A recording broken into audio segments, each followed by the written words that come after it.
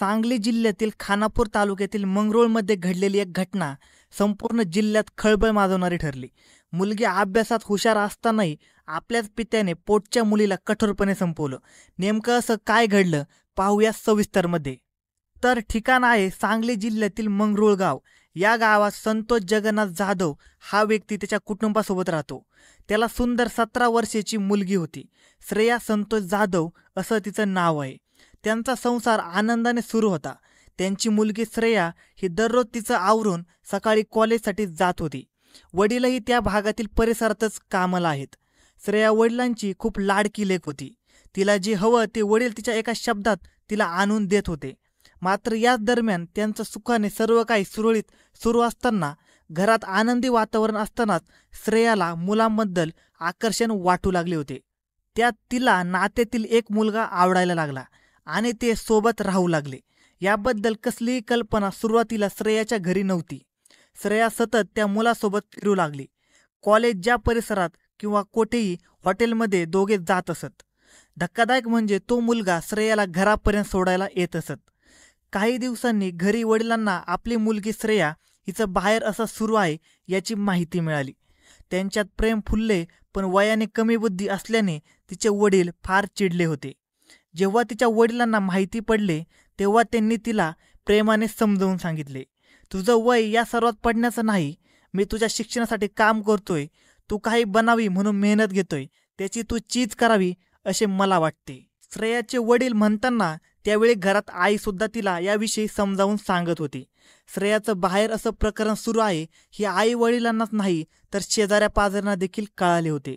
श्रेया सतत त्या मुलासोबत असते ही माहिती वाऱ्यासारखी ते राहत असलेल्या गल्लीमध्ये पसरली होती। त्यानंतर आई वडिलांनी तिला इतके समजावूनही तिला समजले नाही। पुन्हा ती त्याच मार्गावर गेली। या प्रेम संबंधाला वडिलांचा त्याला विरोध होता। तिला दिलेली सूट जिचा ती गैरवापर करत होती। तिथे त्या मुलाला भेटत होती। कॉलेजला जाण्यासाठी बाहेर पडल्याने श्रेया त्या मुलाला भेटत आहे, त्यावरून वडिलांनी श्रेयाचे कॉलेजला जाणे देखील बंद केले होते। त्यानंतर 1 जुलै हा दिवस उजाडला। तो शनिवार तिच्यासाठी अखेरचा ठरला। शनिवारी श्रेया कॉलेजला जाण्याचा हट्ट करत होती।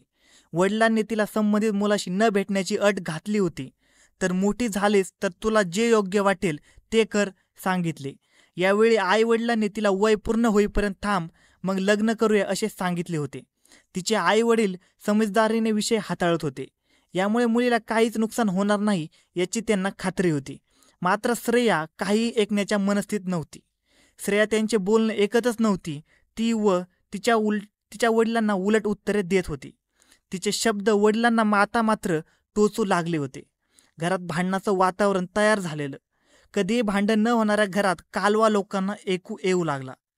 त्या शनिवारी श्रेया ही खूप रागात आणि आई वडिलांचा द्वेष करत होती। तिचे शब्द सुरीसारखे त्यांना भासू लागले आणि वडिलांचा राग वाढत गेला।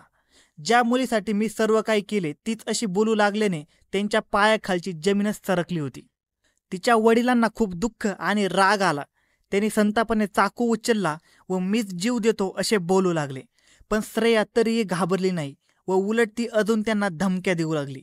यावरून संतोष यांनी रागाच्या भरात आणि भाजी कापत असलेला चाकू घेऊन श्रेयावर हल्ला केला।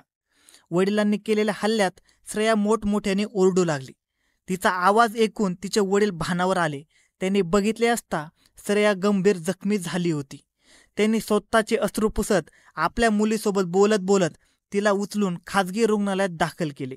मात्र जखमा जास्त आणि रक्तस्राव जास्त झाल्यामुळे तिच्यावर उपचार सुरू असताना मृत्यू झाला।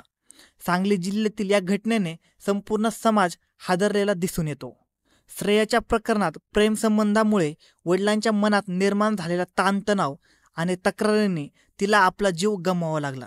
तिला वडिलांनी सुधारण्याचे भरपूर चान्स दिले, पण तिला जगता आले नाही। ही घटना आता सांगताना श्रेया यांच्या प्रकरणाने आपल्या सर्वांनाच एक धडा शिकवला आहे। या घटनांमधून नकारात्मकता काढून सकारात्मकच्या दिशेने वाटचाल करणे आपल्यासाठी खूप महत्त्वाचे आहे। समाजाच्या उन्नतीसाठी आणि शांततेसाठी एकत्रित प्रयत्नांची आवश्यकता आहे। तर तुम्हाला या घटनेबद्दल काय वाटते हे कमेंटमध्ये नक्की कळवा व अशाच मसालेदार मराठी क्राईम स्टोरीज ऐकण्यासाठी आजच आपला यूट्यूब चॅनल क्राईम कट्टा याला सबस्क्राईब करा। धन्यवाद।